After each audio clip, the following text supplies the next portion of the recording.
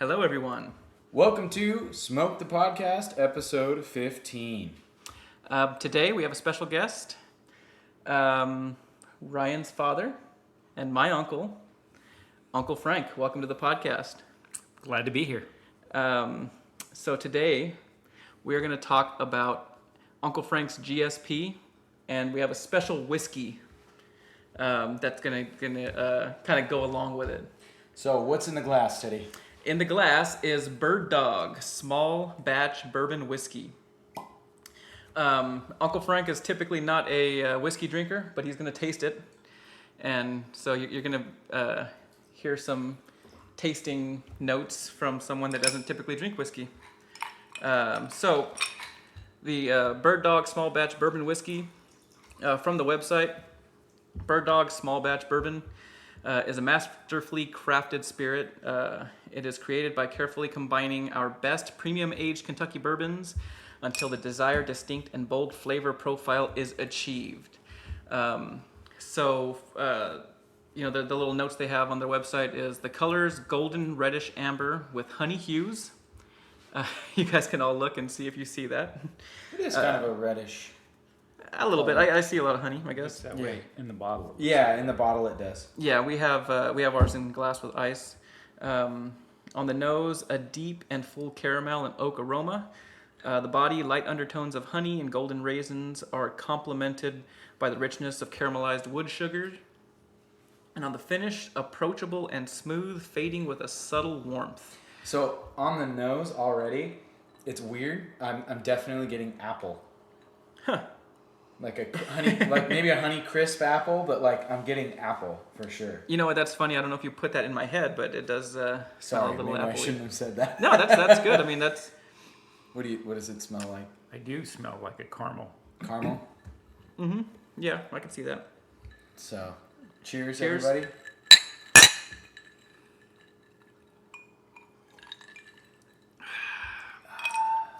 That's smooth.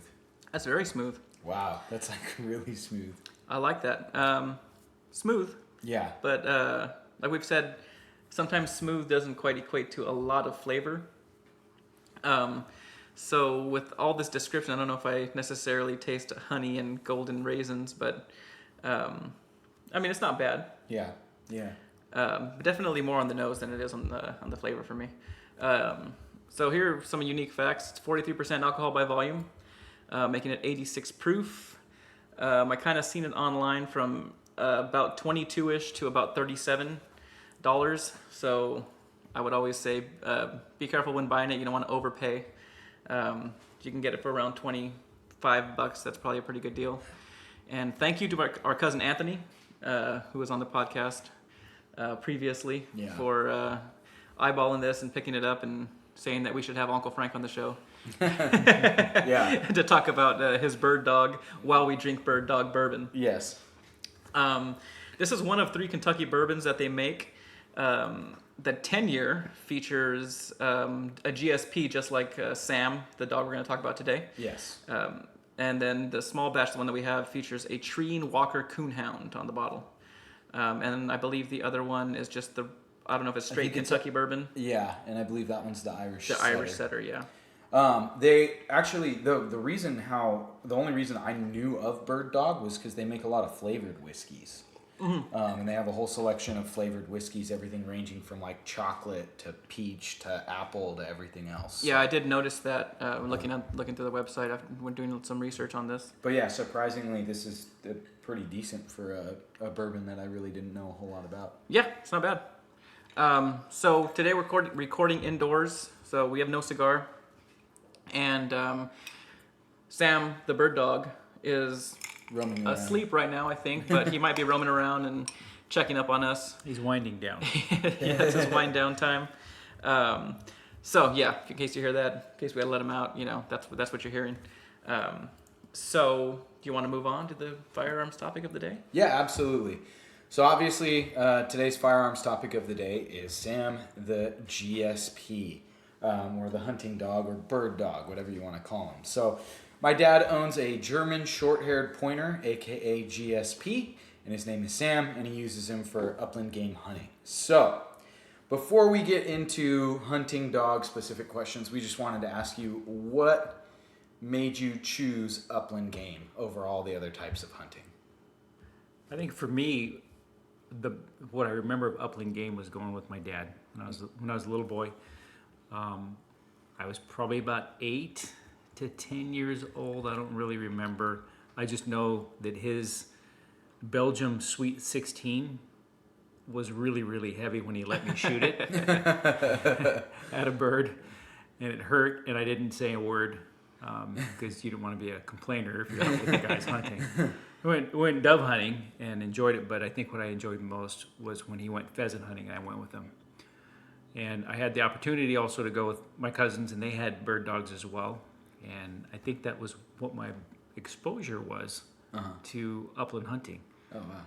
So when I got of age to do it and realized that I could do this, I would enjoy all hunting, but my preference would be upland. Yeah.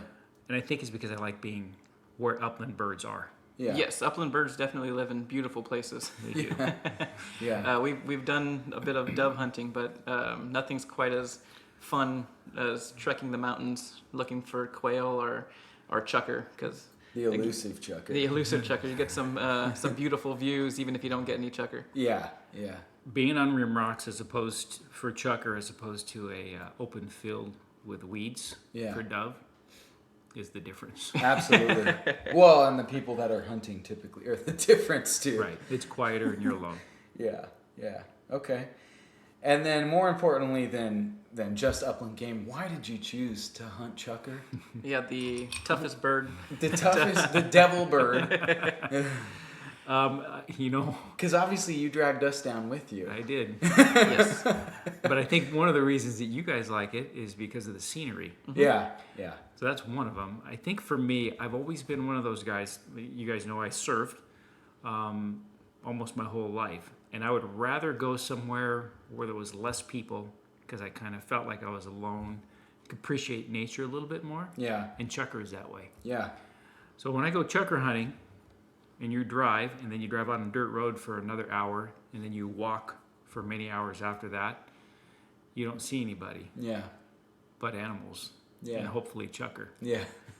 Well, even if you don't see chukar, you most likely hear them. You do You hear them That's laughing right. at you a little bit. Yeah. They will laugh at you. Yeah. And I think too, for me, it keeps you physically fit. There's Yes. a physical aspect Yeah. to chukar hunting, and I know that all year long. And I'm getting up in age, so it requires me to do a lot more cardio. Yeah. Yeah, that definitely sparked, at least was a little bit of a reason that sparked my weight loss. I had recently lost a bunch of weight, and a lot of it was going up in the hills for the first time. I was a lot heavier, but I was in for a big guy, pretty decent shape because I play racquetball and stuff. But just going up in those mountains was really tough, and I just thought, man, if I can drop some weight, it'd be a lot easier to get up there. And it really was. The first time I went hunting, being about 100 pounds down, it was way different. I mean, you're not struggling with, the mental aspect of, I'm so tired. You can actually focus on looking for birds and actually hunting. You went up some pretty big hills the last time we went. Yeah. Right next to me. Yeah.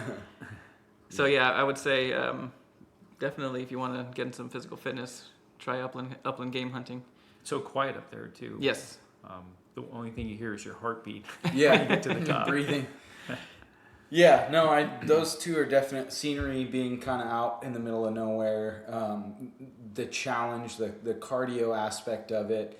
But there's also an aspect of it that I think is different than any other type of hunting, and not to say that I've done a lot of any other type of hunting, but you always hear of guys setting out the legal bait stands for different types of big game, and they just sit up in a tree and wait. Like they walk out or drive out to their tree stand, sit, wait, take the shot, clean the animal, and come home. There's no thrill of the chase, and there's something ultimately satisfying, even if you don't get a bird, about running all over the mountain, being so close, but maybe not quite getting one, or after I brought down my first quail, it was like, oh my gosh, I got one. Right. And it's funny. You definitely put in work. Oh yeah, and I'm sure that there are guys all over the U.S. right now that will listen to this and go, what are they talking about? Having to work to shoot a quail? They're all over the place, But I don't think people realize how scarce game is in California, especially Southern California. Northern California is a different story, but... Right. In the years that we happened to choose were the years that we had a drought. Yeah. Our last good year was 2010. There were quite a few birds, from my understanding, back then. And this year was a good year, so I'm hoping that that's all going to change. Yeah. Yeah, if we can get a couple good years back to back, that'd be ideal. You're right. We're going to see chukar and quail, Yeah. I think, in abundance this year. Yeah. Okay, so you start hunting. What made you get the leap into getting a hunting dog?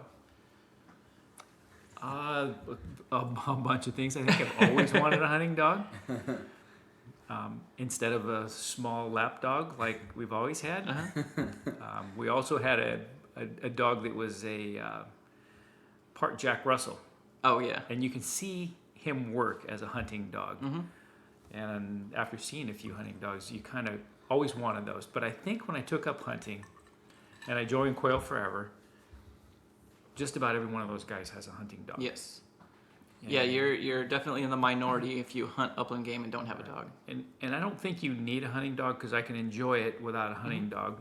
I do like dogs as companions, and when you watch a dog work and he's your team, I don't think there's much else quite like that. Yeah. Yeah, I agree. The times I've gone out with Sam, it was really fun to watch him work because Sam is 100% into hunting. I mean, it's you can just tell, No doubt. is bred to do that. I mean, he is just the way he dives into like a bush to look for something. I mean, he's just 100% focused, and you can tell the difference between the car ride up and getting off the truck and put the collar on him, and he's just ready to go. Yeah. He can smell it. The moment you hit the high desert and you crack that window, he's up and his eyes are scanning, and he's ready to go. It would be a shame to not hunt him. Once you see him hunt, it would be a shame to not hunt him. Yeah. Yeah. Dogs are definitely bred for those specific purposes, and I can attest to the fact that Sam was 100% bred to hunt. I know we've talked about my dogs on the podcast before. I have a Siberian Husky and a German Shepherd, and the German Shepherd is 100% bred to protect. Like, that is her instinct. She will sit by the door. She will sit in front of the doorway. She'll sit near myself, my wife, by anyone in the house, and just wants to always be alert. That is how Sam is when it comes to hunting. I mean, it's just, you can't break him from it. It's awesome. Yes, and it's so funny that today we had to break Sam away from pointing at a spot on the side of the house for whatever reason. It looked like something. Yeah. He does. When he locks in on point, whatever he locks in on, he's not leaving until that animal bird moves, or I have to physically pick him up and move him. It's the way it is. Yeah. When we were quail hunting, he would lock in on a quail, and it doesn't matter if you're 200 yards away, he will hold it until you get there. Yeah. Yeah. And if you don't show up, he's still going to hold it. Yeah.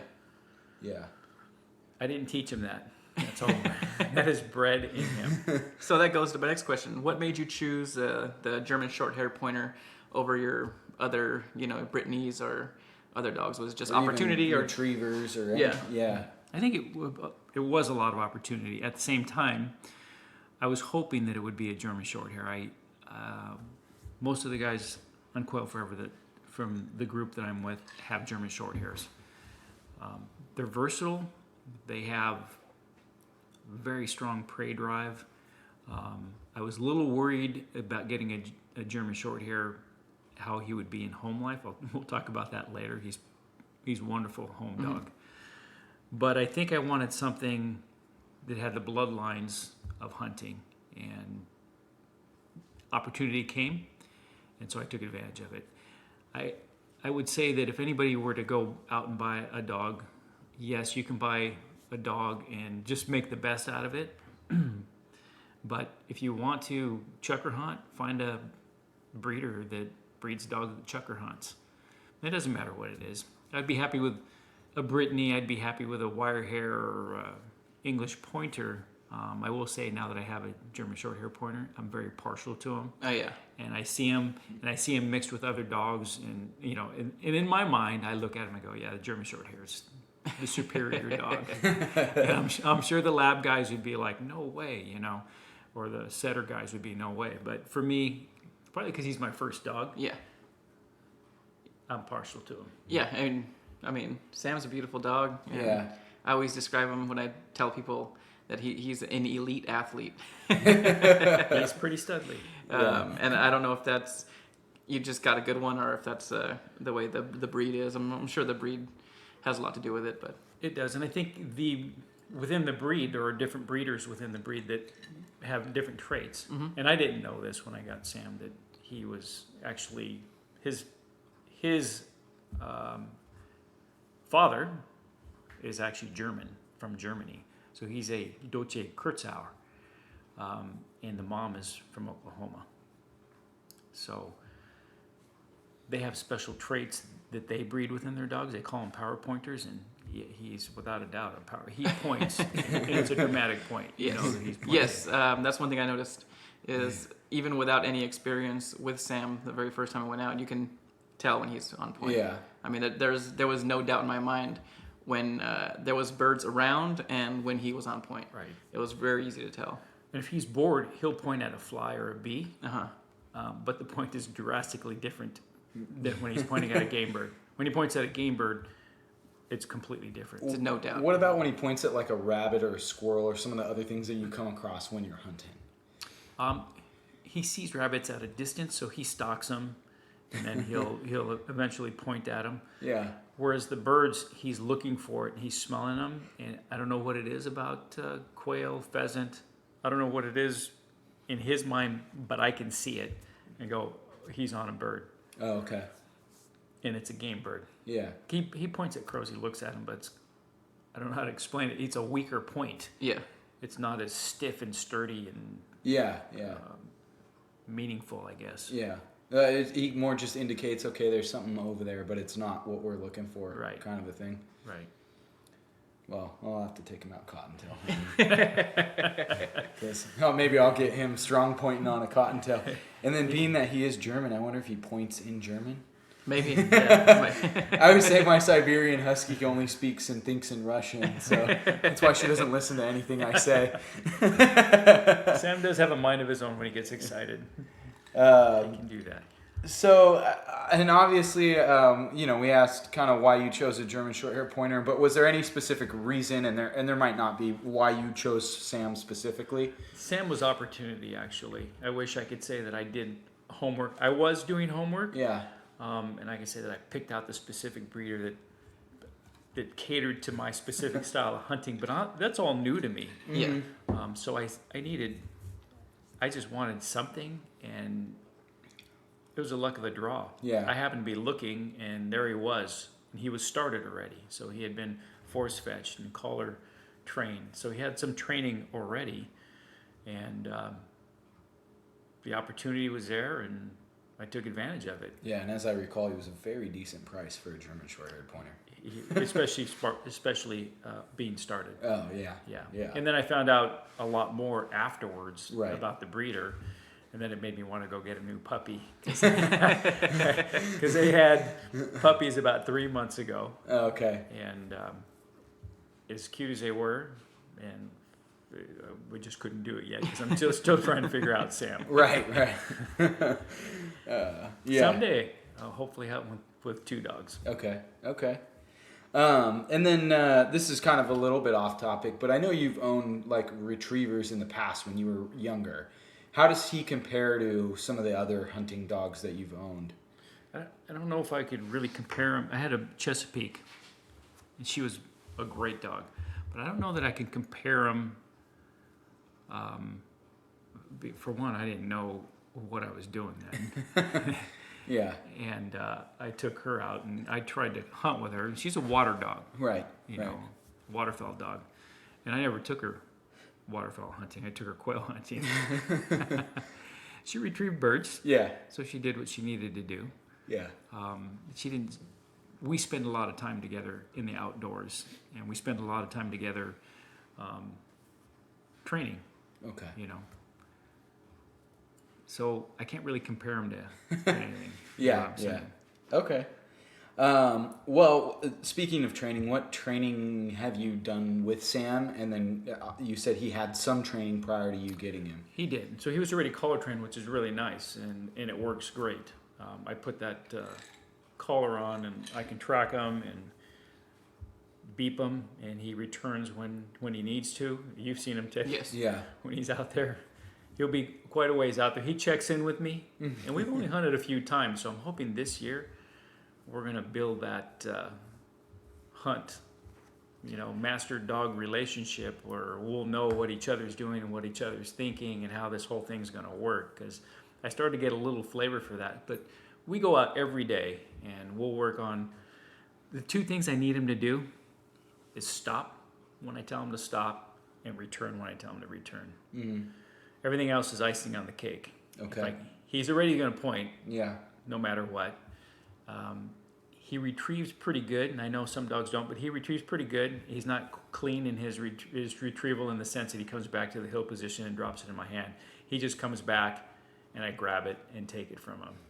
If it's a ball, it's not as exciting to him, so he'll just drop it before he gets to me. But we practice every day. Okay. We go out every day, and we'll work on something. Right now, I'm trying to get him to stay steady and not chase the birds. You notice him chasing birds. Yeah. In Well, fact, we could talk about that one a little bit later. we'll talk about more about him chasing birds later. But the very first time I took him pheasant hunting, missed the pheasant. The pheasant takes off. Sam just takes off, and he leaves. No. And I thought he was gone in the desert and was never going to return again. I called him to recalled him using the caller, using my voice, and he just kept on running. And about 3 minutes later, way out in the distance, I see a dog pop out of the bushes, and he comes sprinting back to me. I don't want him to do that anymore, so we're trying to get him to stay steady. Okay. So I need you guys, when I'm with him, so you guys can do the shooting. I'll handle him, hold him steady. We'll work on it a little bit. If I can get him to stay steady at a shot, so that when the bird drops, he sees it. And goes and gets I see. Yeah. Well, Okay. I can attest to Sam's, attitude a little bit, where I think you are definitely his master, because he was hunting by me one time, and you were over a hill, and you beeped him to come back, and he immediately sat and looked for you.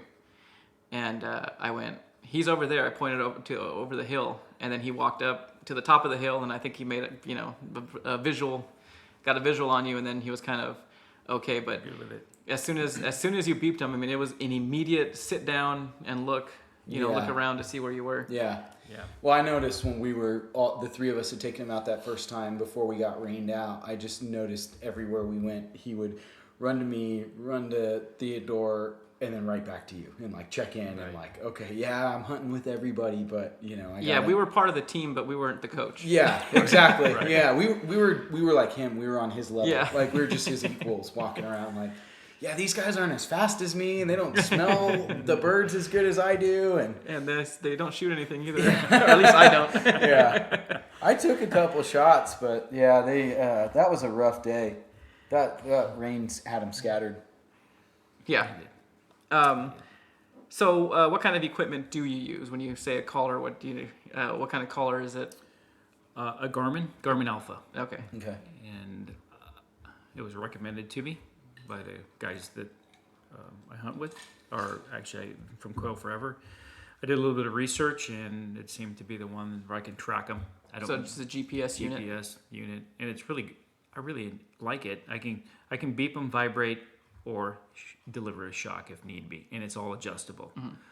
So I don't have to deliver a heavy shock, just something to get his attention, and he knows the difference. He knows if he's got to the vibration level, the next level is going to be a little rougher.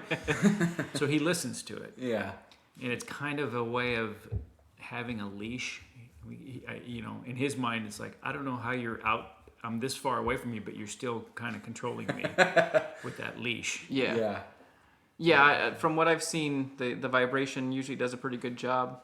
And, the shock's basically for emergency, like you need to stop immediately or there's impending danger. Right. So, yeah, every time I've seen you buzz him with the vibration, he usually... Yeah, usually with a does pretty tone. well. Just a Yeah, quick usually the tone it's works. the tone. Yeah. and usually I'll use my voice.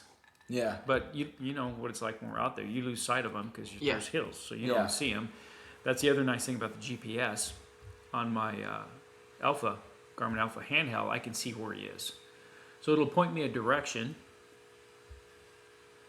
and I can see, which direction he is, and it tells me how far away he is, and I'll go up to 9 miles. Hopefully I'll never get to 9 miles. Yeah. We'll keep him a little closer than that. So I really like it, and it also tracks his miles, which was a good learning experience for me, because I didn't realize how much he actually runs. He did 31 miles one day, and I had no idea that he had ran that much. Yeah, he runs a lot. I guess you don't realize it because he's always kind of in close proximity to you, so you kind of assume that he's running something close to what you're walking, but it's not even close. Yeah, I know that one morning, I think we only did 3 miles? No, maybe it was a little more. I think it was than closer that. to 5. 5 miles. 5 miles. And then it started raining and we headed back and I'm thinking, oh, cool. We did 5 miles. Sam probably did 6, 7 because he was zigzagging or whatever. I think he had almost 15 miles. Yeah, I think or it was something about like 15. Yeah. That. Almost tripled what we did. The other day that you and I went, After that, yeah. he was in the 20s. Yeah. And I think we did about 6.5, 7 miles. Yeah. And then I know we've gone around here too in the hills, Right. and he's run up and down some hills that I wouldn't even want to slide down. They're so steep. It's pretty crazy. So for you personally, how close do you like your dog to hunt? How far out ahead do you want him to be or not want him to be? I have learned to give him and I haven't hunted much with him, Yeah. and I'm sure I'll find that sweet spot, but I like keeping him 100 yards, and he'll go out to 150 yards, and I think if I were to let him, he might even go further, but I don't like him going more than that. Mm-hmm. For a couple reasons. One is I lose sight of him, and the further away he is, I don't feel like I have as much control of him. I like him checking in with me. Plus, if I'm chucker hunting and he's on a hill 100 or 250 yards away and he's on point, that means I got to run up the hill Yeah. and be able to stop my breathing enough to shoot a bird. Yeah. So there's a few reasons I'd like to keep him into about the 150 yard range. Yeah. Yeah, I mean, my limited experience with hunting with dogs, it's a little nerve-wracking when they go out a certain distance, even though you have the collar on him and you know where he is. Just, you lose sight and, it's just like, where did he go? Right. It's funny because when we were hunting for quail at the Woodland Club, it's flat. Mm-hmm. And sometimes it's so flat and then all of a sudden you can't see him. Like, well, I mean, Right. how did he disappear, Yeah, it's amazing because you'll track him and he'll get behind a bush, Mm-hmm. and he's running. So I can hear his collar ring. It makes like a bell sound sometimes. It's his tag. Yeah. So I can hear that, but then there's sometimes I don't hear it, and all of a sudden I'm looking, and he's already way, way down further than what I ever thought he would be. Yeah. He's definitely fast. And it's a little bit easier to give him some distance when I'm with you guys, because if I'm in the center, you guys are on the sides. Yeah. He can swing out and go beyond you guys, Yeah. and then swing back. Yeah. He kind of does that like a figure 8 pattern. Yeah. Yeah, I've noticed that he does kind of do that. Yeah, definitely. I know even just around the neighborhood when we've walked and gone and just, tore through the fields over, across the way, it's amazing to me how quickly he can get so far away. Right. Or how quickly he can come back, too. I know we were at the top of that one hill and you yelled to him and I was like, there's no way he's going to come back up here. This thing's crazy steep. And the next thing I know, this dog's just like, oh, I'll be there. Hold on. Couple seconds later, it felt like, I'm sure it was like 30 seconds, but I mean, it's amazing how quickly he cleared that hill. Yeah, I've had to learn patience somewhat too, because I feel like it's my motherly instinct, but my fatherly instinct initially when I took him out, I wanted to call him back at 50 yards, and I lost sight of him, and I started panicking, and it's like I realized that he's working, and he's getting sent on something, and he's wanting to go do something. Right. He's saying, "Let me do my thing." Right. So I try to like take the leash off. Yeah. Let him do what he's going to do, because he knows where the birds are more than I do. Yeah. Not always, because sometimes, and now you guys heard him today, he knows what it sounds like. He knows what a quail sounds like. Yeah. And now he knows the difference between my quail call and the quail. Yeah. And so he'll go that direction. But initially he didn't, so I would have to kind of guide him. Yeah. Yeah. And he knows what the big 5-handed point Yeah. is. Yeah, that's one thing I noticed that he does really well is when you give him direction, just by pointing, just putting your arm out and pointing a certain way, he can. Yeah. He's looking for you to tell him where to go sometimes. And I don't know how he learned the word turn, but I've used it quite a few times when he's just not necessarily running straight out, but going to the right or to the left, and I want him to turn around, and I'll just say, "Sam, turn." And he turns. He turns, Yeah. and he starts going the other way. Yeah. And it's kind of nice because I don't have to recall him all the way back, check in, and then get back out again. It's just like, I just need you to go a different direction. Yeah. Yeah, that's really cool. Yeah, so let's talk about some of your hunting experiences so far. Starting with one of our first trips out. I don't know if this was your first trip out the Lower Sierras area. That was the time we got rained out. Yeah. Was that the That first was time? our first trip, yes. Okay. Yeah. Yeah. That was, yeah. Yeah, from what I remember, Sam was he was running all over the place and kind of just sniffing everything. I wasn't 100% sure if he knew what he was looking for, but he was definitely looking for something. Kind of what do you think is the difference from then to now? I mean, how do you think he's progressed? The biggest difference is that I know that he knows what a quail smells like. Okay. And I know that he knows what a pheasant smells like. Not sure about chucker, but we'll get him on that. Yes. Soon enough. So he will know what a chucker smells like. And the other big difference is I had only had him for, I don't know, when was that? Like maybe 2 to 3 weeks. Yeah, you Yeah. had it was a really short time. Yeah. It was a short time. Because I remember I went with you to buy the collar, and we went out literally, I think, the next week. Yeah. Right.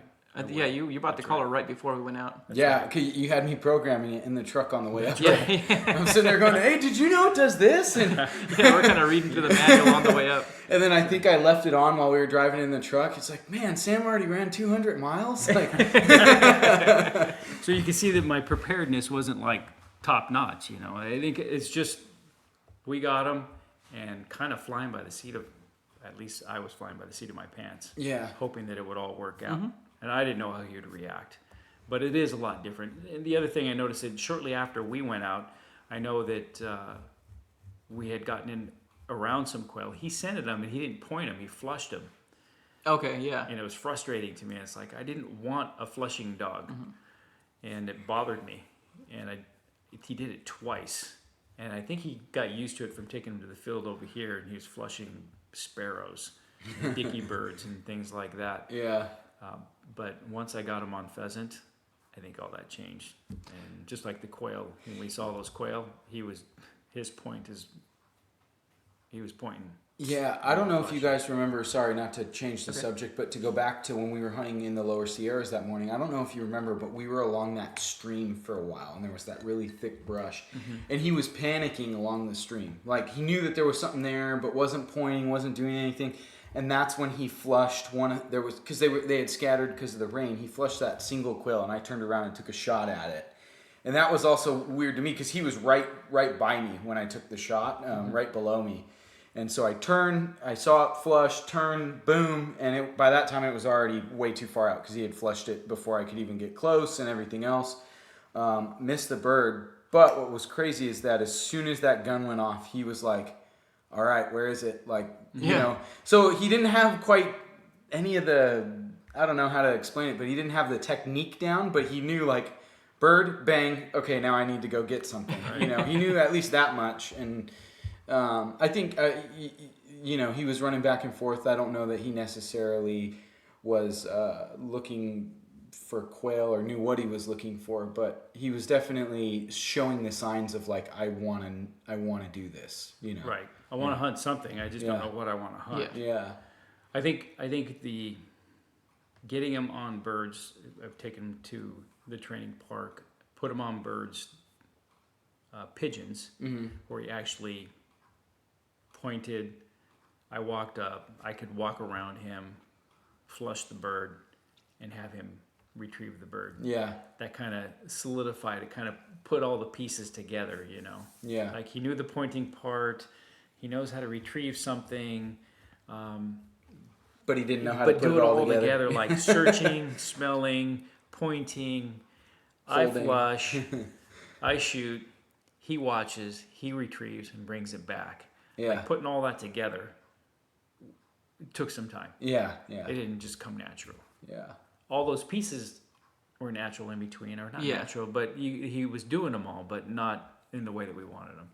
And I think probably, and I don't know, after that happened, I just told myself I'm not shooting birds that he doesn't point at. Yeah. Just so he knows that he can't be flushing birds. Yeah. That's not what he's here for. Yeah. So tell us a little bit about the Woodland Hunt Club. Is that where you put him on pheasant for the first That's where time? I put him on pheasant for the first time. Okay, and Ryan and I were both not there. That was with your brother-in-law? Yeah, we pointed 8 birds that day. Wouldn't have seen any of them. We saw 2. we saw 10 birds. We saw 2 that we didn't need Sam. The other ones we needed them. And I realized that he was a pretty good hunter when we had taken a break and we're eating lunch, and he had already ran, and he sat down. He had a snack, because I don't really feed him out there other than stuff to give him some energy and some water. He was resting, cooling him off, and while we're eating, he decides I want to go hunt. And so he takes off in the field, and I just let him hunt. And he hunted that field and worked it, and I see him getting birdie, and now he's in the middle of the field, he's getting birdie, and he locks up on point. And I didn't have my vest, I didn't have my gun ready, but he just held point until I went and got my shotgun, grabbed my vest, walked out, loaded up, walked up to him, and he's staring in a bush, and I don't see a thing. So I'm thinking it's a false point, but sure enough, there was a bird there. And he actually didn't chase the bird. Shot the bird. He held there. He didn't go after it until the bird was down. The bird was shot. Okay. And then he ran, picked it up, and brought it back to me. That's awesome. That's probably my favorite point, shoot, and retrieve that I've seen him do. So, what did you? How did you know that there was a bird there? You couldn't see it immediately. I mean, did you just kick the bush? I mean, did he give any indication where the bird was? Did you look at his eyes? Yeah, I looked at his eyes. Okay. I came up from behind him, and I'm looking where his head is pointed, and I couldn't see anything, so I kind of circled around. And as I circled around, I looked where his eyes were, and I could see tucked in there was a bird, a little pheasant tucked under these bushes.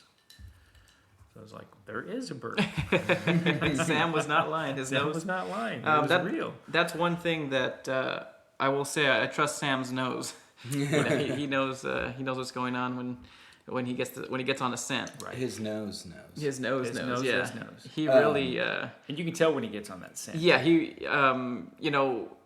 Before ever hunting with a dog, listening to other podcasts and things about hunting dogs, is you hear people say that their dog getting birdie. Mm-hmm. And I didn't know what that meant until I saw Sam get birdie. and that's the only way you can really describe it. There's a bird somewhere. There is something there, and he knows it. He knows it. And he's got a scent of it. Yeah, his tail just goes crazy, and it's almost opposite of his point. It is. His point is the end where he just locks up and completely freezes. Where when he's birdie, it's just the excitement. It's kind of hard to describe. His tail wags extremely fast, and then he will sniff, but he'll also stop with his tail wagging. He arches his back almost and sticks his head up and scans and figures out which way he's going. Where's that scent coming from? The other thing, you learned a little bit about scent cone. You want your dog working into that scent cone. Okay, yeah. because then he's going to get a smell from it and follow the scent cone in. And he did a lot better that way. I know when we pheasant hunted, we came from behind, went past, and he ended up coming back. And I'm like, well, we just walked by there, but there was a breeze blowing, and so he didn't get the smell. Yeah, So he got the scent and came back to him. I was like, well, we just walked by the bird, and I didn't see it, but now he sees it and smelled it. And he didn't see it, but he smelled it. and these are things that as a dog owner, you kind of think like you got to train yourself too. You know, everybody wants to train the dog, but you got to learn how to work with your dog. I'm thinking he's training me a little bit. Yeah, and really me too. The times I've gone out, Yeah. you know, he's showing me how to hunt. learning from him, and I'm trying to get a little bit of control of him, but not enough to where I mess him up. Okay, so this is going to be pretty interesting. Let's move on to the Woodland Hunt Club quail experience. His first time on quail. Now, this trip was just myself and my Uncle Frank. And, you know, it's kind of a last minute thing. We both went out there and wanted to get them on some quail before they ran out, almost before the end of their season. It's a private club, so it's not, you're not bound by the typical hunting laws, you know. So I think where we went at the end of May, I think.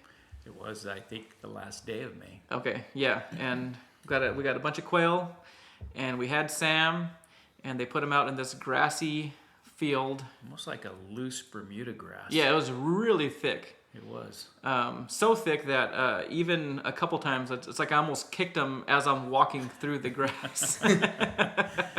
Yes. Yeah, that was the day that I realized how good Sam's nose is, because, you know, I don't know, you know, a lot about these dogs, and I don't know how far they're supposed to smell things, but I mean, that stuff was so thick. I don't know how you can, you know, how he can pick up a scent, and, you know, he was all over the place. He was looking for him. He was, and he obviously had the scent. And you noticed that day he was working pretty tight because that's where the birds were. It's almost like we could stand in the area and just let him work it until he goes on point and then walk over there. Yeah, and I noticed a lot of times, you know, basically with these private hunt clubs, you buy the birds and then they plant them for you, and you know, it's a good way to train your dogs, where you're guaranteed to find birds and guaranteed to get them on that scent. And you know, a lot of times I was just standing there watching Sam kind of circle me. And yeah, that's where I first really seen him get birdie, where I go, okay, I think he might be onto something, and then boom, he'd lock up. Do you want to tell him what happened next for a lot of the birds? So the pen raised birds don't fly like wild birds, and they don't run like wild birds. Right. So because of that, and because of the grass that they were in, they had a tough time flying. And so Sam he's being a hunting dog. He's looking at the bird. He gets a scent. He points at it, and he realizes, well, this bird is really close. Within 6 inches close. 6 inches close. And so when it flies out, it was just too tempting for him to just grab it. Yeah. So he takes a leap, grabs the bird, and then gives it to me. No shots required, huh? Yeah. Yeah, I joked around that Sam was getting tired of me missing, Yeah. so he just figured he would take it into his own hands. Yeah. He did do better than we did. Yeah. And that is tough, though. I mean, the terrain in a hunt club is never going to be the same as what you're going to experience out in the wild. Because typically where we see quail, it's sandy, it's dusty, it's, you know, there's a lot of bushes and things for them to kind of wander through and evade. And They can run. And they're a lot more skittish. Yeah. These weren't able to run, and I think the main thing for me was just getting him the scent. Absolutely. I wanted him to know what a quail was. Yeah, what it smells like. Yeah, and by the end of the day, he 100% knows what a quail is now. He absolutely knows, and he knows what wild quail are because we've been walking, and there's quail here now, and I hear them in the morning, and I hear one calling. I call the quail back. Quail flies over us, and Sam saw that quail, and his demeanor completely changed. It's like, I'm hunting now. Yeah, he went from a walk in the park to being doing his job. He did. And on the way there, we saw rabbits, and we saw crows, and we saw all kinds of other birds that he stopped and looked at and did his little point. But when he saw the quail, completely different. Yeah. Awesome. Did he get birdie? He got birdie. He got birdie. The only problem is the quail ran across the street. He was trying to get birdie across the street. Yeah. That's a little Yeah, a easy little to get scary. birdie when you see the bird, you know. Yeah. So do you kind of what do you do when you see a wild quail? I mean, because obviously you're not able to shoot them. No. You just let them point and then kind of pull them off of them. Let him point and I'll go up there, and it's a good time for me to keep him steady. Mm-hmm. So I'll keep him. A lot of guys use the word whoa. I've always just used stay with him. Have him stay, and as the bird flushes, I'll just hang on to him, and he wants to go, but he'll watch it until it flies away, and then we'll continue on. Awesome. So did Sam need any training to get over fear of gunshots or anything like that? No, when I got him from the trainer, he told me that he had shot over him quite a bit in training, and there was no problems with them, and I didn't notice any either. Yeah. So I didn't have to go through the whole sound of gunshot training with him. Yeah. He was But right I think there. that comes just with certain dogs too. It- They're just naturally like not afraid or just don't care. I think some, but I hear a lot of podcasts and a lot of guys, and they do have them. And I know guys that have had a couple Vizslas, and they just took them right out and shot over them, and it was not a good thing. Yeah. Taking them to a shooting range is not a good thing. Yeah. It's something that's got to be slow, and some of the guys will do things like while they're eating, maybe bang some pots and pans and see how he reacts and gets used to it, and see how they react to different noises, and then you slowly build them up, and you build up the same with gunshot. Make sure they're doing something fun. You shoot at a distance, Yeah. and then you can bring it closer Yeah. and closer and closer. Yeah. I know a lot of the guys that like the gun shows and things that hunting shows and things that we've been to use the little cap guns too as they start, because it's not as loud or as deafening, but it's still enough to startle the dog or get the dog going, oh, okay, what was that? I Even know at with 22. yeah, use yeah, 22. which would be fine. Yeah, I've been around a lot of dogs that I've had, in my family, and almost all of them have been terrified of loud noises and fireworks. So that was one of the big things that I found interesting was how hunting dogs deal with gunshots and Yeah. how they, I just thought maybe it's the breed where they don't have a fear of Well, gunshots or. They have to be trained. I mean, some of them don't have a problem with it, but they have to be trained to do it. It's certainly weird because you would think that my German Shepherd would be totally okay with loud noises and gunshots and things like that. I mean, they're bred to be defensive dogs, police dogs, military They're on dogs, firearms. and I mean you snap your fingers and she goes running, Whereas my husky is like, oh cool, you're shooting a gun, awesome, like that's awesome. Let me come sit near you. Well, our 12-pound Maltipoo loves guns. Well, your 12-pound Maltipoo is a hunting dog at heart. Yeah, It's a hunting dog she's at a heart. little force to be reckoned with when it comes to the neighborhood lizards and mice and grasshoppers. Oh yeah. She's got a squirrel kill. Oh yeah, does she? that's Wow. right. Yeah. Yeah. That's pretty good for a squirrel that's almost the same size. Yeah, an 11-pound squirrel. Yeah, she better be careful. That's awesome. So before we move on, I want to revisit the whiskey. Yeah. We actually poured up a little bit more, Ryan and myself. I'm enjoying it. I mean, I think the main flavor is mostly caramel for me. Mm-hmm. I think this is a good one to drink neat, only because it's a little mild. It's not. Yeah. It's the Gentleman Jack syndrome where it's delicious, but if you add too much ice or the water melts too much, it mellows out too much. Yeah, because it's already pretty mellow to begin with. Yeah. But But it's good though. I think, drinking it neat or when it, maybe with a stone, would be the way to go, just to keep it cool. And for not being a whiskey drinker, what did you think of it? It was smooth. I don't drink It was whiskey at all. Yeah. Yeah, it wasn't one of I those. can't tell you compare it to something because I don't know Right. really what to compare it to. Um, I have a feeling the 10-year-old one that has a GSP on the front has got to be better. It's got to be. Saying. Just because it has a GSP on Yeah, there. I mean, I can I imagine. think it'd be better if it had a husky or a shepherd. It might on have there. a stronger taste.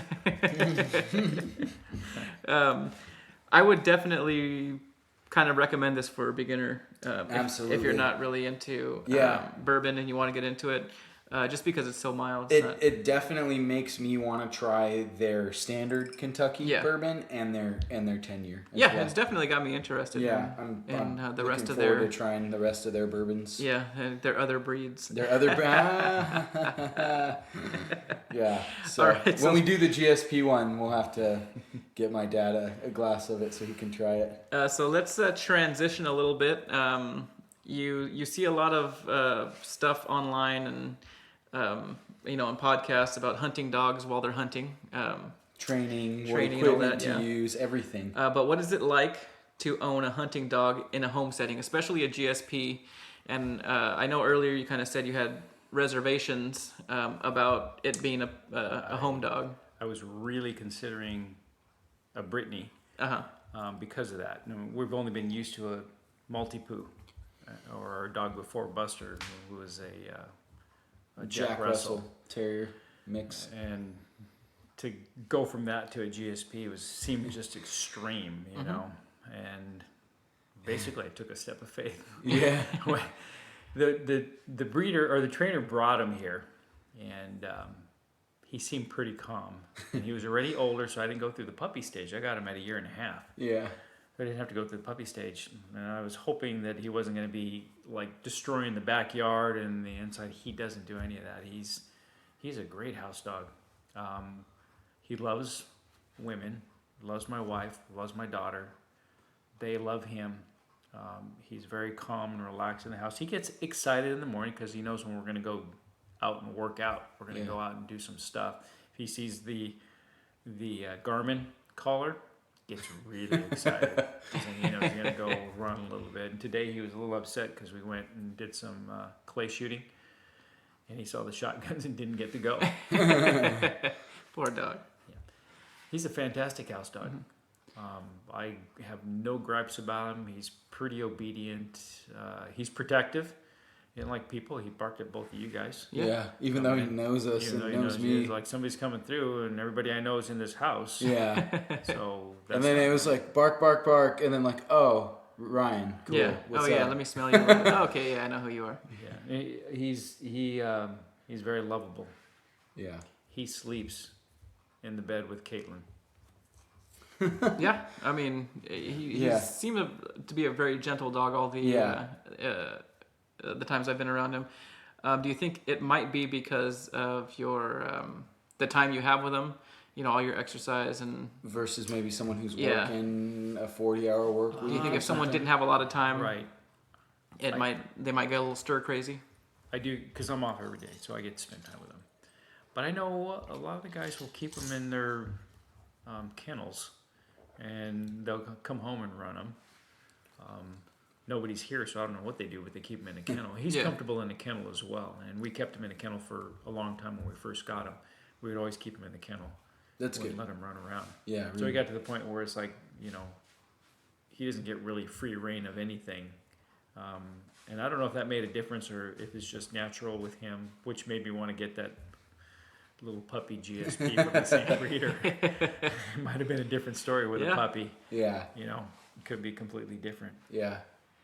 Well, I know I was really worried when you got him initially, because as much as I wanted you to get a hunting dog and everything, we raised Sierra as a puppy at 8 weeks, and I mean, you saw her; she was crazy and just that dog was insane. And Siberian Huskies are high energy; they're insane dogs. They have a mind of their own. They do their own stuff. And now that she's old, I mean, or not old, but older. Like, I mean, you guys have seen her; she's lazy. She's the laziest husky I think I've ever laid eyes on. It's funny. I know this is not a podcast about Ryan's dog, but when Ryan's dog was young, I would try to tire that dog out. and it was almost 100% of the time I would get tired before that dog. Oh yeah, and that's how she was. War, we used to have to run her all the time, and so my worry was knowing what I knew about German Shorthaired Pointers. Yeah. Typically being a higher energy dog, I thought, oh my goodness, if this is what my Husky's like, the GSP is going to be way worse. But yeah, he I knew he was hyper when you first had him for a while, but He was. he's definitely just such a calm, well-behaved dog when he's here at the house. He has toned down. Yeah. That being said, I take him out every morning. Yeah. Like in the morning, and he's excited in the morning because it's what he expects. It's his routine.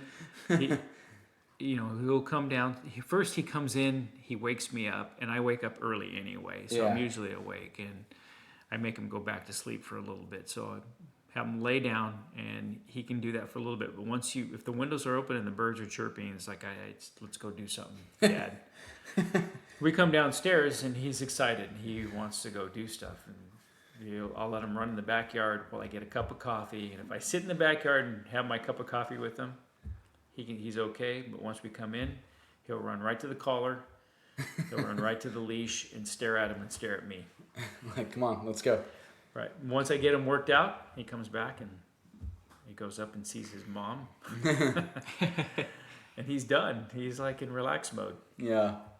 That's so, awesome.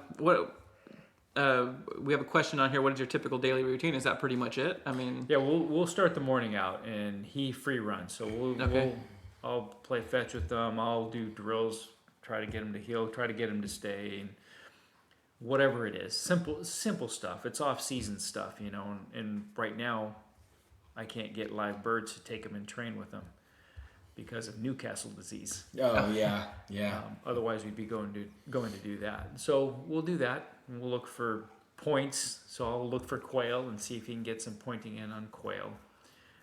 We'll do that kind of stuff. And he never gets anything for free, so he doesn't get his meal unless he does something for it.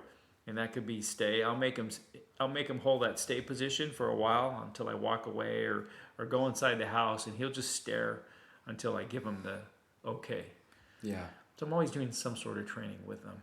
That's good. And he's figuring it out. He knows where he can sleep. He knows where his beds are. He's even got his pickup spot, the seat in the back. Oh yeah. Small seat in the back. Yeah. He sits in the back there. Him and I fight over that. Yeah. Well, he was trying to get into my territory in the front seat the last time. I've let him in the front seat, and it's interesting because he sits like a passenger forward. Yeah. With his head looking forward, just staring with a ball in his mouth. Yeah. Yeah, ever since you got him, though, him and I fight over that little seat. Because that's my seat. I was the bird dog before. Yeah, you were the bird dog before. Bird dog. Yeah, Ryan would sleep all the way to the hunting destination. On four-wheel drive for an hour, smacking my head up against the window, just knocked out cold. And they'd be like, "Oh, cool, we're here. Time to hunt. Where's my shotgun? Come on, let's go." Yeah, we'd go. Hey, Ryan, what's on the other side of that ridge? Will you go that check was mean. for us? It was getting so dark out there, and it was freezing, and I had no idea where we were. What's that big thing over there, man? Guzzler. Can you go run over there? I think it's a guzzler. See if it's worth going. Yeah, so then I run all the way over there. And you're like, so what is it? It's like nothing. It's just a stick. Oh, cool. Thanks. You can come back now. So Sam's energy level, big in the morning. Does he get like a burst of energy after your run, like maybe in the afternoon after a couple hours of relaxing? You know what? He's more active in the winter, colder months. Now that it's summertime, He's a lazy dog. He's lazy like everybody else. he's a little bit lazy, but you see on the walls, there's lizards everywhere. Oh, yeah. And and bugs and everything. I'll take him again in the afternoon. Yeah. A lot of times we'll just go for a walk. Like a quick walk or whatever. And I'll break him off and let him run, play with him a little bit. But he'll get his exercise in the back. Awesome. I can even play fetch with him in the back as well. So speaking of, because obviously Upland Game's a fall and winter time season. So, how much does Sam eat on a daily basis normally? And then what is the difference in diet during hunting season, winter, summer, any of that? I think because he works out pretty good, so I keep the food level at the same. Oh, okay. Do you change his food from like a performance food to... I was using the performance food, but in the house, they gave him horrible gas. Oh yeah. It's still somewhat of a higher end food. Yeah, yeah. And he eats everything, so it doesn't really matter. Yeah. But it seems the food I'm using with him seems to work with him. Yeah. And I know you can feed him twice a day or once a day. It seems to work out. After a workout, I'll feed him. Okay. And it's just a small amount, a cup. Yeah. And then in the evening, he'll eat again, and it'll be 2 cups. So he gets 3 cups a day. 3 cups a day. Yeah. Okay. Actually, sometimes it'll be a little bit more. Okay. And he's fairly lean, but he's not as lean as he could be. Yeah. Well, I noticed he was extremely lean during hunting season, and then once hunting season ended, he started to bulk up a little bit more, which I'm sure during hunting season again, he'll cut down on weight. Well, his runs will be a lot more. Yeah. Yeah, you don't He's put not those running big 30-pound 20-mile days. days, Yeah. you know, Well, 30-mile days. And that's how both my dogs are, and they're not hunting dogs, but I run a lot more during the fall and winter when it's cooler outside. When Yeah, it's it's just 100 degrees, easy. I'm not running them. I can't run them until 11 at night because the Right. pavement doesn't cool down. So, Right. and that's the other thing that we have to worry about here in Southern California is you've got the pavement is, if it's 105 outside, the pavement's well over 150 or 140 or whatever, asphalt for sure. So I know that they fluctuate during the winter. They lose a lot of weight. You'd think that they would gain it, but Yeah. but no, we're way more active during the fall and winter. Yeah, and I'm hoping he'll get a lot more hunting days this year. Oh yeah. Oh yeah, A lot more. And Yeah. maybe even a few where I can stay out for 4 days straight with him yeah. Go camp and just Yeah. go and yeah. and just go hunt. Well, sign me up for one of those. Yeah, I'll go- Sam. I'll go on that trip. Okay. Sam was pretty much. When did you get him? December 23rd. Okay, yeah. So Sam was right smack dab in the middle. That's crazy. That is pretty crazy. That's my baby's due date. Oh, it is. My grandson's due date. Yeah, yeah. We might have to That's name him pretty Sam funny. now. Yeah. Well, Sam's gonna have to. Sam's birthday and Yeah, and we're the gonna new have to baby. compete. Gonna have to compete. But yeah, so that's right smack dab in the middle of hunting season, and it was kind of not really planned. I mean, it was the opportunity came up and you got it. So this season you'll have a lot more time to plan and Right. And I got him it was actually more towards the end. Yeah. Because I didn't want to take him out without a GPS collar. Just Right. not that I knew how to control him with it, but at least I could Track track him.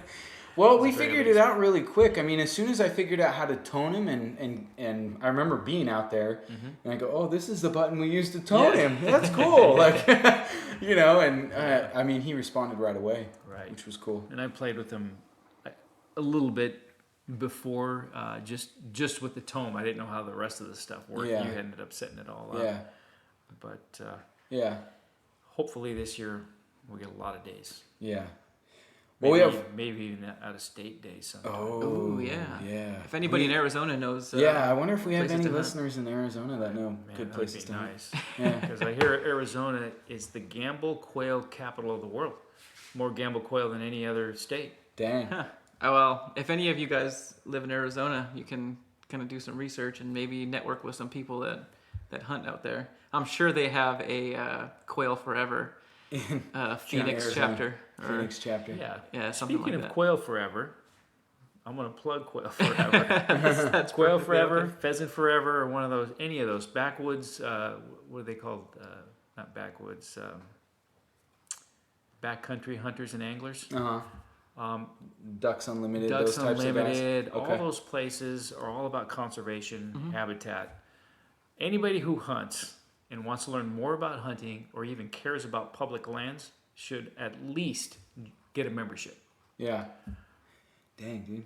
I guess it looks like we're gonna have to join, right? Yeah, I mean, We can't really be advocates of a hunting upland hunting podcast. That's true. even if you don't go out and And do go- what yeah. we do, go maintain guzzlers Yeah. or create habitat, but even a membership pays for it, so it allows us to do that. Right. It's like donation money, so to Right. speak. Yeah, I don't think a lot of people understand what they actually do. They think it's just a bunch of people that like hunting getting together and talking Hanging out about and shooting talking about stuff. whales. No, and if it wasn't for those organizations, all public land would shrink. Yeah. And not only the birds that we hunt, but all the wildlife that's out there as well. Right, yeah. All the songbirds, all the turtles and desert tortoises, All the big plant life. games, rabbits, Yeah. plant life, bees, Well, and butterflies. I know one of the big issues we're having in the state right now is the illegal cultivation of marijuana throughout our wildland areas, and it's decimating our upland game and our big Right. game, and a lot of and the reason why it's decimating them is because it's killing off a lot of the plants that naturally grow there. Yeah. And so but I know you guys do a lot of work with the guzzlers and things like that, and maintaining all of that so that we can all go out and hunt. Let me ask you this for pheasant forever, quail forever, any of those. Someone like myself or like Theodore who has a job and is working all the time, are there things that we could volunteer for that maybe aren't during the week or at other times? Everybody, no, not everybody's like me, where they're retired. Everybody works just about. Yeah. So all the things that we do, and we'll do it monthly, is on a weekend, Oh, awesome. a Saturday or Sunday. Okay. And then even doing things for kids, for youth shoots, youth hunts, Yeah. and things like that. Volunteering to guide with their dogs, maintaining guzzlers, habitat. Well, I know they did the BB gun booth at the local shooting sports fair. They're going to do it again this month. Oh, excellent. Oh, yeah, they're doing the family shooting or It's a youth youth- shooting day or Right, something like that. yeah. Yeah. Awesome.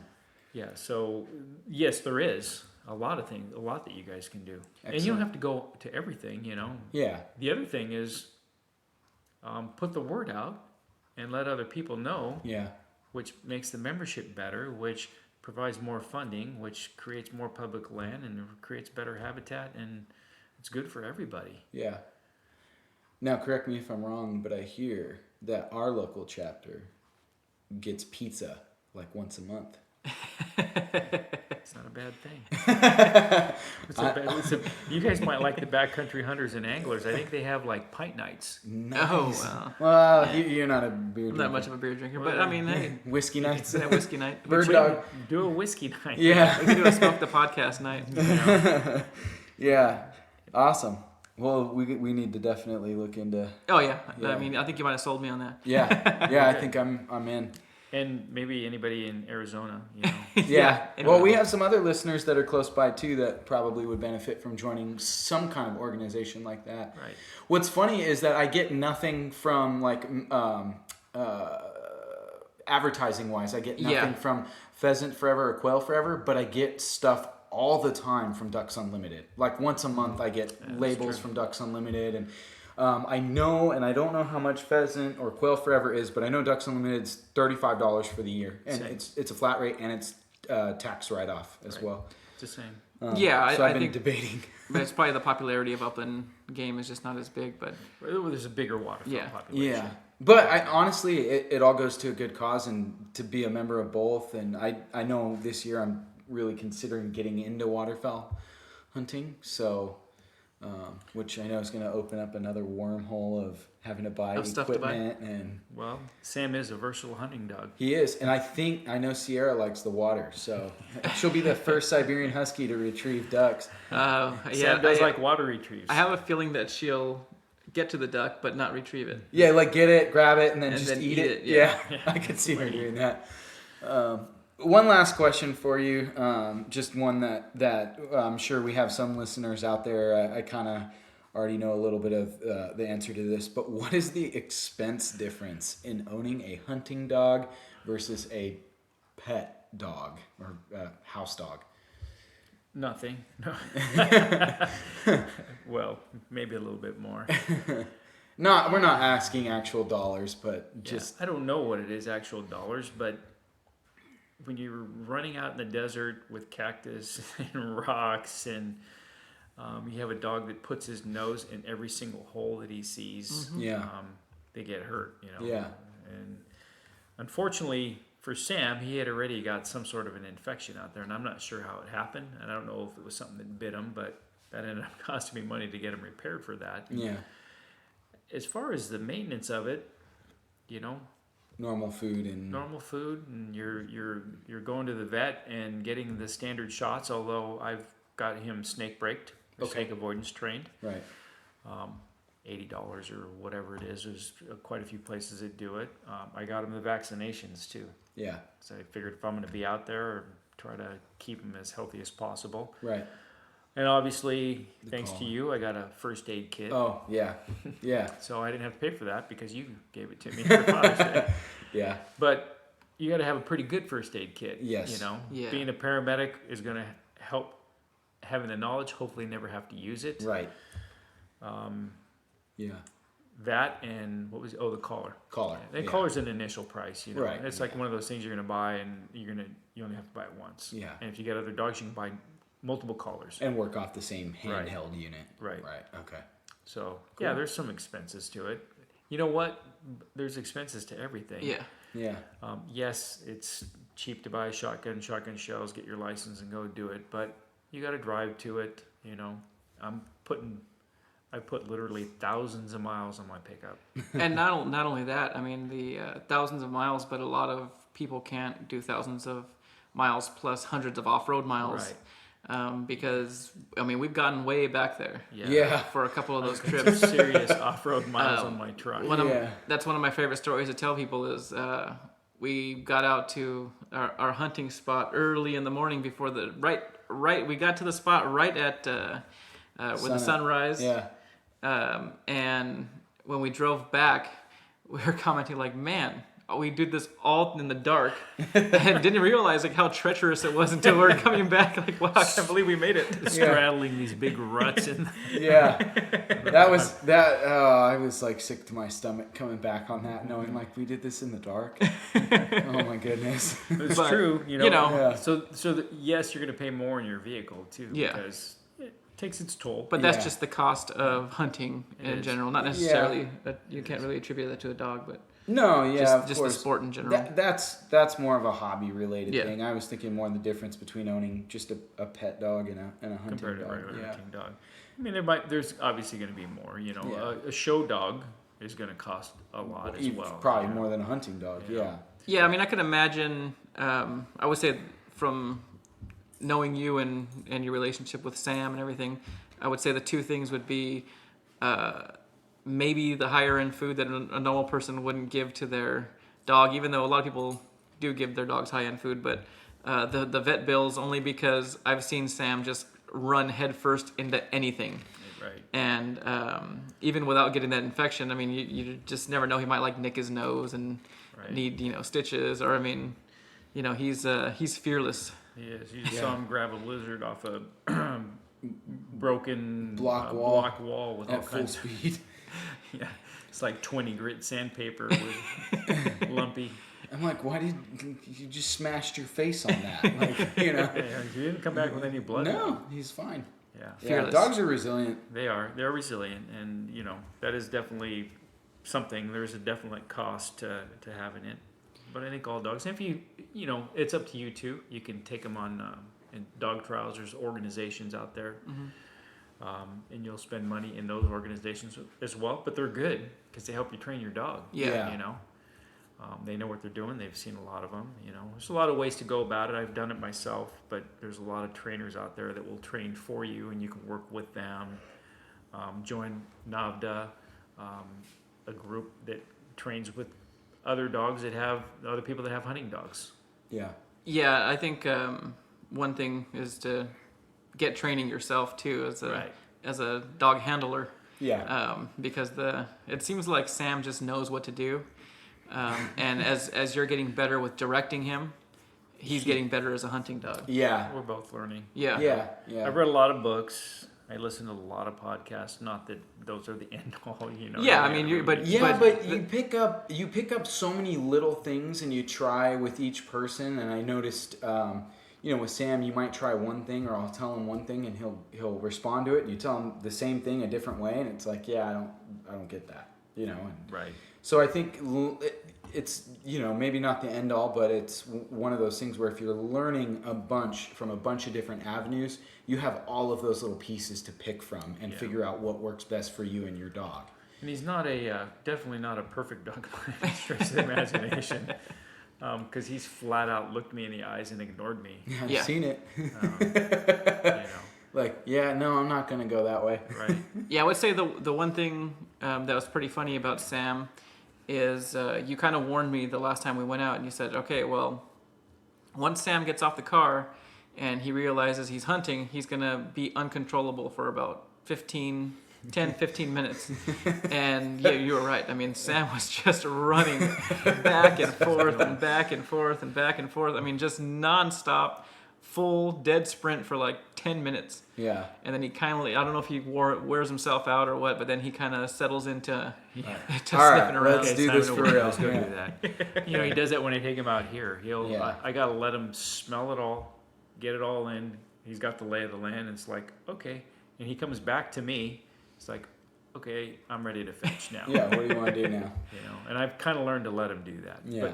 But a good story before you guys close, when we were hunting that day, you remember Sam takes off running, I think on one of the birds that that was maybe one of the first birds, yeah. Yeah, that we missed.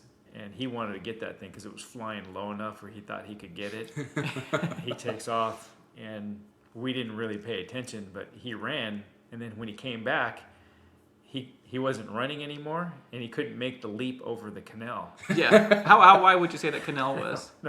It was really wide. Yeah. It was a full speed. I don't know how mumuch airtime he had to do that. Well, I seen him make that jump the second time he did it, and I mean he because it's kind of like angled coming out, so his back paws hit the back. I mean, he barely made it up and over, but I mean that was a leap. I could not believe. I mean, just not thinking about it, just boom. I don't know how far it was, but it was far. Yeah. And when he came back, he wasn't running. He would just get in it, and then I'd have to pull him out. Yeah, because he couldn't get out. Yeah. I'm reaching in there, grabbing his collar, pulling him out. And then I think Dragging him out. eventually he just did it on purpose to cool down. Right. He would cool down and drink water. Yeah. That was his place to cool down and drink That's water. funny. Yeah. And it's a good way to get the mud off him. Yeah. So, you have anything else? You want to add anything, or No, I think it was good. think everybody should get a GSP? I think everybody should get a GSP. Everybody should join Quail Forever, Pheasant Forever, Backcountry Hunters and Anglers, Ducks Ducks Unlimited. Unlimited, or one of those groups. And Yeah, find the one that you're most passionate about. They Right. have them for everyone. Turkey hunters, Right. Buck hunters, grouse. elk. And yeah, if you're a big game hunter, then join a big game club. Right. You know. Yeah, I'll give everybody my standard advice. Do your research. You Yeah. know, do your research. Find a dog that fits your hunting style, what you want to hunt for. Exactly. And the same thing with joining a club. You know, Yeah. Right. Or picking a shotgun. Yeah, Or it's anything just like for that matter. Well, and find people that have dogs. Yeah. And you can always work with them. Yeah. You know. Yeah, I've noticed since you've joined the Quail Forever, you've kind of learned a lot from those people. Yeah. They've really Yeah. given you a lot of pointers. Yeah. You gave me a lot of pointers, but I only took one. Get it. And hunting with a dog is extremely enjoyable. So if anybody wants to hunt with a dog and you are inclined to have to the canine, Yeah, it's neat. it is really pretty is. neat. It is neat. Just to see that dog work. Oh, there he goes. Yep. There he goes. I think Sam's on patrol, so On the scent. he's telling us we need to Wrap wrap it it up. up. Wrap it up. I've been quiet long enough. Yeah. So I'll say Bird Dog whiskey. If you're a beginning bourbon drinker, give it a try. Give it a try on the rocks. If you're experienced, I would say go neat because honestly, it's pretty good. Pretty good neat. So Follow us on Facebook, Instagram at Smoke the Podcast. Thank you, Uncle Frank. yeah, thank you. For Thanks sharing for having me. sharing your story with us, with your stories of Sam. Adventures of Sam. Yep. And, Yeah, I'm sure we'll have more to come after this coming I season. think this Yeah, season. we'll probably come back and give everybody an update on how Sam did this upcoming season. Yeah. So, thank All you right. guys for listening and have a great night.